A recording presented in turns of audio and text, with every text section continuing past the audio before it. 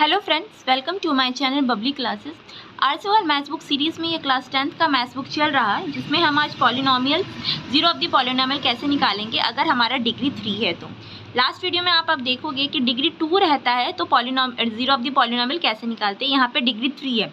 3 degree कहने का मतलब जो एक्स जो है वहाँ स्टार्टिंग जो है एक्स क्यूब से, तो x cube then x square then x and then constant. तो ये इस तरीके का पॉलिनोमियल रहता है, तो कहा जाता है कि डिग्री इसकी 3 है। 3 डिग्री वाला पॉलिनोमियल है। तो 3 डिग्री वाला पॉलिनोमियल होने पे यहाँ पे जो जीरोज होंगे वहाँ पे भी 3 जीरोज होंगे, एक अल्फा बीटा और ये जो सिंबल है ये गामा का है, alpha beta and gamma. Now अगर sum of the zeros means alpha plus beta plus gamma, तो हम directly minus B by A करेंगे, मतलब माइनस बी मतलब इसका वैल्यू बाई ए कर लेंगे। Then alpha beta plus beta gamma plus gamma alpha, इस तरीके का अगर आपको निकालना है तो डायरेक्टली आप सी बाई ए, इसकी जो सी की जो वैल्यू रहेगी और ए की वैल्यू रहेगी, आप डायरेक्ट करके पुट करके आप ये इसकी वैल्यू निकाल सकते हैं। Then alpha beta gamma means product of the zeros का निकालने के लिए डायरेक्टली आप माइनस डी बाई ए कर सकेंगे। तो ये जो है एक समरी है, जो कि ये फॉर्मूलाज टाइप में आप समझ सकते हो, जब हम डायरेक्टली इस बेस पे हम निकाल सकते हैं। अगर आपको अल्फा बीटा और गामा ऑलरेडी दिया हुआ है और आपको पॉलिनोमियल फॉर्म करना है तो सबसे पहले तो एक्स क्यूब रहेगा, उसके बाद सेकंड जो है माइनस पुट करके अल्फा बीटा गामा मतलब प्रोडक्ट ऑफ तीनों जीरो का जो है वो प्रोडक्ट करके एक्स स्क्वायर प्लस उसके बाद alpha beta plus beta gamma plus gamma alpha x, ये आपको करेंगे तो आपको थर्ड टर्म निकल जाएगा and minus alpha beta and gamma, इससे आपको फोर्थ टर्म निकल जाएगा। मतलब अगर आपको अल्फा बीटा गामा का वैल्यू दे रखा है तो इस तरीके से आप पॉलिनोमियल फॉर्म कर सकेंगे। ये जो है इससे रिलेटेड और इससे रिलेटेड सम्स अगर हम सॉल्व करेंगे तो आपको समझ में आएगा कि किस तरीके से हम बनाते हैं। तो सबसे पहले हम फर्स्ट जो है हमारा जो आया है फॉर्मूला उस बेस पे सम सॉल्व करते हैं। तो आप इसमें आप देखोगे कि इसमें ऑलरेडी दिया हुआ है कि verify that 3 - 1 and -1/3 are the zero of the cubic polynomial px, जहाँ पे ये आपको पॉलिनोमियल दे रखा है। Verify the relations between its zero and the coefficient, मतलब ये जो तीनों है ये already zero of the cubic polynomial दिया है। मतलब आप इसको कंसीडर कर सकते हो, ये आपका अल्फा है, ये आपका बीटा है, ये आपका गामा है और ये आपका पॉलिनोमियल दे रखा है। तो पहले आपको ये वेरीफाई करना है कि ये तीनों जो है वो zero of the cubic polynomial है कि नहीं। कहने का मतलब कि अगर आप इसकी वैल्यू पुट करोगे तो जीरो आता है कि नहीं आता है। तो आप यहाँ पे देखो सॉल्यूशन इसमें कैसे दे रखा है कि पॉलिनोमियल ये है आपका पॉलिनोमियल क्यूबिक पॉलिनोमियल, अगर ये px है, px कहने का मतलब यहाँ पे जो भी है वो x, जो भी हमारा वेरिएबल है वो x है, एक्स क्यूब है, एक्स स्क्वायर एक्स है। उसके बाद अगर p3 लेते हैं, 3 कहने का मतलब यहाँ पे जो भी x की है उसमें हम 3 वैल्यू पुट करेंगे। तो यहाँ पे आप देखो 3x क्यूब, तो 3x क्यूब है तो 3 इंटू 3 क्यूब बिकॉज 3 यहाँ पे लिया गया। देन 5x स्क्वायर, तो 5 इंटू 3 स्क्वायर माइनस 11x, तो मीन्स 11 इंटू 3 माइनस 3। अगर आप इसको सॉल्व करते हो तो एट लास्ट आपको जीरो आता है। मतलब p की x की जगह पे अगर आप 3 वैल्यू पुट करोगे तो आपको जीरो आएगा। तो ये प्रूव हो जाता है कि 3 जो है जीरो ऑफ दिस ये जो क्यूबिक पॉलिनोमियल है ना। उसी तरीके से -1 पुट करके देखो, तो -1 अगर आप पुट करते हो इस पॉलिनोमियल पे तो 3 इंटू -1 का cube minus 5 into -1 square minus 11 into -1 -3।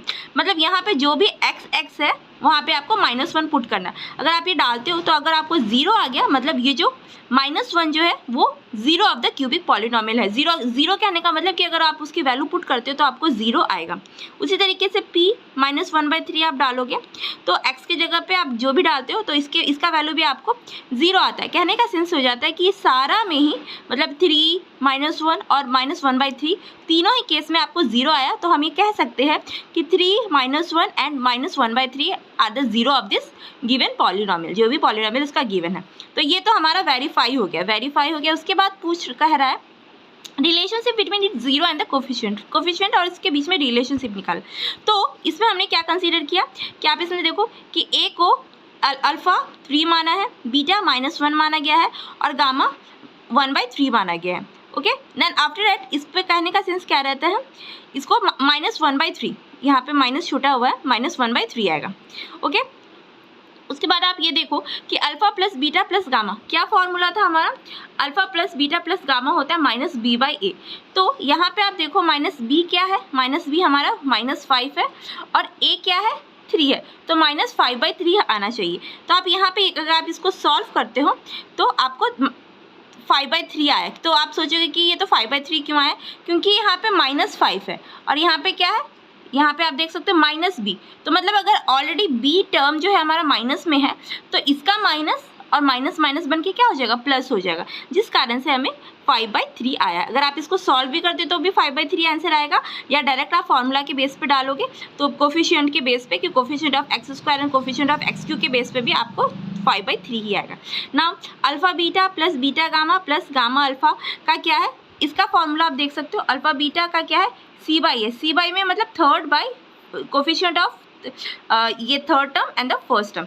तो इसमें क्या है, थर्ड टर्म हमारा क्या है -11 और 3, तो -11/3 आंसर आना चाहिए। अगर आप इसको सॉल्व भी करते हो ये वैल्यू के अकॉर्डिंग, जैसे कि ये अल्फा बीटा गामा का वैल्यू है, उस वैल्यू के इसको भी अगर आप सॉल्व करते हो तो -11/3 आएगा, या कोफिशिएंट के बेस पे भी आप निकालोगे तो -11/3 ही आएगा।